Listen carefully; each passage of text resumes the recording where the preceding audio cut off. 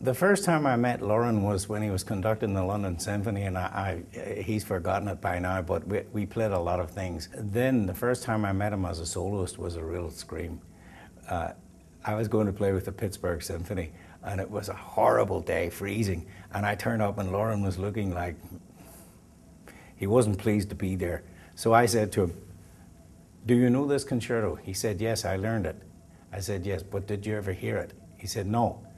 I said, "Well, I'll tell you a couple of things that happen in the concerto." So I told him these things that happen. For example, there's a cadenza for the flute which ends on a low D flat, and the next chord is C major, and the bassoon plays the low C, but because low C is sharp on the bassoon, he thinks I'm playing a C, so he tunes to my D flat. Of course, it's all wrong.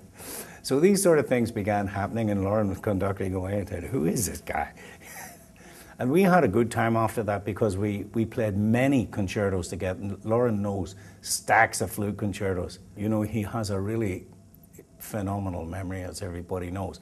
And of course, you know, I asked Lorin if he had a photographic memory, and he said no. And he told me how he does this memorization thing, and it's a lot of hard work. But of course, if you do it frequently, it becomes easier. But I never got in the habit of it myself. But I understand what he's talking about. And, you know, he did write 2 flute concertos for me. He went to Ireland for a month on holiday with his kids and his wife.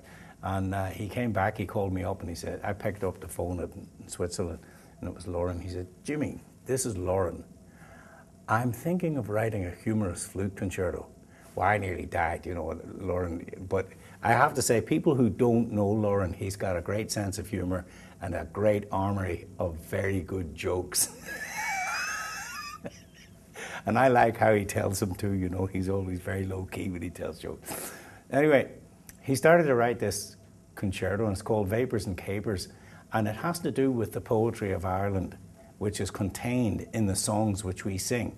Because when we sing these songs, we're not too worried about the words, we're more worried about getting a top A or a top B flat. And then he wrote a very serious concerto, which I really like, but that I have trouble programming because other conductors, they're sort of jealous of Lorin, so they don't want to play his concerto, you know.